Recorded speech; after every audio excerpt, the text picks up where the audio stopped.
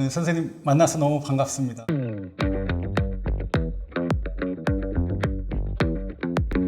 반갑습니다. 네. 오랜만에 봬요. 네.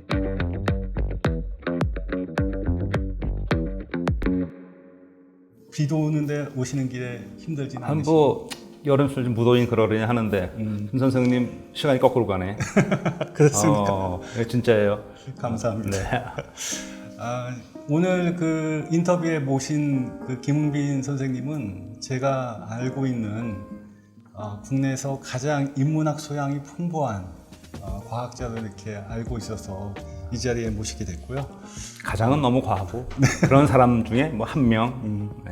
그래서 오늘 몇 가지 질문을 미리 준비를 했는데 네. 천천히 진행해 보도록 네. 하겠습니다. 일단 선생님은 그 최첨단 네. 생물학 연구를 하시면서도 동시에 그 연구의 의미와 가치를 일반 시민들에게 알리는 일도 병행하시고 네. 거기에도 이렇게 주력하시고 계십니다. 네. 그리고 쉽고 명쾌한 강의로 소문이 아주 자제한데요. 그래요. 사실 난해한 전문 용어를 알기 쉬운 용어로 풀어내는 것은 만만치 않은 일인데 일단 약간 증명 삼아 또 재미 삼아 한 가지 요청을 드리고 네. 싶습니다. 그 선생님이 그 미국의 러커스 주립대학에서 받은 박사학위 논문 예. 아주 난해한 내용일 텐데 네. 일반 시청자들은 거의 알아듣지 못할 텐데요. 알아줄 이걸 필요도 조금 쉬운 언어로 쉬운 이해할 수 있는 언어로요? 언어로 예. 바꿔주시면. 그러면 원래 그 논문 제목을 먼저 말씀을 드리고 얼마만큼 이해하시는지 한번 제가 먼저 알아볼게요. 네. 원래 제목이 영어 제목이 Molecular Analysis of Aromatic Hydrocarbon Degradation by Sphingomyces yanoichiae B1. 뭐 같아요? 어렵습니다. 자, 맨 마지막에 있는 세균 이름이니까 그냥 B1으로 하겠고요. 그거예요. Molecular Analysis, 분자생물학적인 분석. 네. 다음에 그 아로마틱 하이드로카본이라는 거는 우리말로는 방향족 탄화수소. 그래도 어렵죠. 네. Degradation, 분해. 그건 아시죠? 네네. 네, 쉽게 얘기해서요. 석유 먹는 세균 유전자 분석한 거예요. 이해되셨습니까? 분석을 근데 석유를 먹습니까? 석유에 있는 여러 가지 성분을 웬만한 거 다 먹어요. 그러니까 우리한테 해롭다는 것들을 잘 먹어 치워서 신기하잖아요. 그래서 이거를 이용을 하면은 환경 정화에 도움이 되고 실제로 그다음에 그 분해 과정을 왜 몰레큘러 유전자를 보느냐, 그걸 어떤 유전자가 어떻게 관여를 봐서 대사 경로를 밝히고 첫 번째예요, 이게 분해. 근데 이게 그 유전자를 이용하면 우리가 사실 석유 화합물을 많이 써요. 연료로 쓰는 거, 에너지로 쓰는 거 말고도 우리가 생활에서 만나는 굉장히 많은 물질들이 다 석유 화합물에서 오는 거거든요. 즉, 이 효소를 이용하면은 석유 화합물로부터 부가가치 높은 물질을 만드는 데 활용할 수도 있어요. 촉매제로 쓸 수도 있죠. 그런 연구를 했습니다. 석유 먹는 세균이 있다.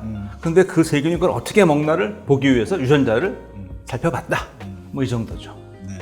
그러면 그 세균의 유전자 분석을 할 때 그 다양한 그 지식 그때까지만 해도 이게 컴퓨터로 데이터 분석하는 그렇죠. 기술이라든지 네. 그런 게 없었을 것 같아요. 사실 요즘에는 유전자 분석 기본적으로 DNA에 전문 용어로 염기 서열 그 정보가 들어있단 말이에요. 일종의 언어거든요. 그걸 읽어내야 되는데 지금은 그게 별로 어려운 일이 아니에요. 그건 사실 내가 할 필요도 없고요. 그냥 외주를 주면 금방 해줘요. 근데 90년대 초반까지는 그게 다 내가 해야 되는 거고 그냥 그 당시 어려운 거였었고요. 굉장히 그 기술도 기술이지만 노동 집약적인 시간이 드는 그런 일이었어요. 거기 많은 사람을 했죠. 네, 그러셨구나. 네, 그 증명이 됐습니다. 네, 선생님. 증명이 됐군요. 다행입니다. 역시 그 어려운 내용들을 아주 네. 쉽게 그 누구나 알아들을 수 있게끔 말씀해 주셔서 아주 감사하고요. 두 번째 질문은 지금 과학은 우리 삶에 아주 큰 영향을 미치고 있습니다. 네. 그런데 이제 문제는 과학을 많은 사람들이 이해하면 좋을 텐데 네. 과학으로 들어가는 어떤 진입 문턱이 너무 높아서 네. 많은 사람들이 어려움을 겪고 있는데 예. 선생님은 어떻게 해서 그 전문 지식들과 그 어떤 상식을 그 연결시키는 어떤 그런 능력을 가지게 될 수 있었는지 그걸 조금 공개를 해주시면 많은 사람들이 어렸을 때부터 네. 그런 네. 연습들을 조금 해가지고 그 전문 지식과 그 일상적인 어떤 상식 사이를 조금 더 쉽게 오갈 수 있지 않을까, 그런 능력을 배양할 수 있지 않을까 해서 드리는 두 번째 질문은 어떻게 해서 그런 능력을 가지게 되셨는지, 그게 좀 궁금합니다. 그게 뭐 능력이랄 것까지는 아닌 것 같고, 우선 전제자가 과학을 우리가 중요한데 알아야 된다는 그 말 자체가 많은 사람들한테 벌써 과학을 알아야 돼. 일단 과학에 들어간 순간 많은 분들은 그거 어려운 걸 생각하거든요. 저는 그래서 과학을 아는 게 아니고 과학을 이해하는 게 아니고 제가 주장하는 건 과학을 느껴보자. 특히 제가 하는 생물학은 우리가 생물이잖아요. 우리 느끼잖아요. 시각, 촉각, 총각, 촉각 느끼잖아요. 그거를 어떻게 그런 일이 벌어지는가 설명하면 그게 과학이죠. 예를 들어 소리를 듣는다. 떨림이에요. 진동이죠. 그거를 귀에서 고막 알잖아요. 고막이 북이란 말이죠. 둥둥둥둥 울려요. 진동이죠. 그거를 거기에는 청신전이 감지를 해서 뇌로 가면 우리는 이게 소리구나 이렇게 아는 거고, 우리가 흔히 말하는 하등하다는 생물들은 귀는 없지만 진동을 느끼긴 마찬가지잖아요. 뭐 그렇게 보면 과학이라는 게 그렇게 어려운 건 사실 아닌데 자꾸 그거를 어렵다 생각하고 그 이해하려고 하니까 오히려 어려워져 벽을 느끼는데, 그렇게 생각하지 마시고 그냥 우리 생활 속 일어나는 일들을 왜 그러는 건데 그래서 아는 데까지만 가면 되는데, 이런 건 있어요. 기본적으로는 과학적 이런 거를 좋아하시는 분이 있고 약간 그런 걸 좀 멀리 하시는 분도 있어요. 그러니까 저는 굳이 어려운 분한테 막 이렇게 이거보다는 자연스럽게 흥미롭게 얘기를 던져주면서 먼저 이게 과학이 재밌구나, 이게 어려운 게 아니라 하는 그런 거를 좀 알려드린 다음에, 즉 문턱을 넘을 수 있는 문지방을 넘게 한 다음에 그 다음에 이해를 하는 것이지, 처음부터 막 용어 쓰고 이러면 힘들잖아요. 그래서 제가 이제 뭐 과학을 하는 사람으로서 나름 이 대학에서 연구 교육을 하면서 이 대학 밖에 많은 사람들에게 과학을 전달하는 것도 저의 사회적인 책무라 생각을 해서 그런 일을 하게 됐고, 아까 말씀하신 뭐 그런 능력을 뭐 어릴 때부터 훈련을 했느냐 뭐 그런 건 아니고요. 굳이 하나 말씀을 드리자면 이런 것 같아요. 제가 어렸을 때 할머니가 계셨는데요. 1915년생이세요. 그건 뭐 옛날 뿐이죠. 당연히 뭐 그 당시니까 뭐 학교 교육 이런 거 받으신 적이 없지만 굉장히 현명하시고 가장 큰 장점이 이렇게 궁금해하시고 남 얘기를 잘 들어주시는데, 제가 쭉 같이 초등학교부터 다니면서 특히 대학을 다닐 때는 제가 장손이고 그러니까 궁금해하세요. 오늘 뭘 했냐? 그럼 제가 그거를 설명해 드리면 굉장히 반응을 잘 해주시는데, 그때 그걸 조금 이렇게 말씀을 드려서 하면은 그것도 상당히 아마 도움이 되지 않았나 싶은 생각이 듭니다. 선생님이 전공하신 생물학 쪽은 네. 이미지 같은 것들이 많이 사용되죠. 그렇죠. 생물학은 제가 대학 다닐 때 이런 놀림 받았어요. 생물학은 책이 커요. 두껍고 칼라예요. 무거워요. 상대적으로 뭐 공대 친구나 뭐 이과대학이라도 물리학과나 이런 데는 책이 칼라보다 글이 많고 수식이 많은데, 그러니까 도서실에서 만나면 맨날 저보고 뭐 그림책 보냐? 책값도 비싸요. 제가 이 자연과학 쪽에서 생물학은 이 디스크립션, 묘사가 많은 묘사과학이에요. 그림을 그려야 되고 말이 설명이 많아. 상대적으로 물리나 화학은 공식 화학식으로 딱 되는데 설명이 일단 많아요. 말이 길어지니까 비유도 많이 들어야 돼. 또 실제로 사용하는 많은 언어들이 일상 언어에서 온 것도 많아요. 묘사가 많으니까 어떤 면이 있느냐? 생물은 또 예외도 많아요. 무조건 100% 이거다, 절대 아니다 말할 수 있는 게 별로 없어요.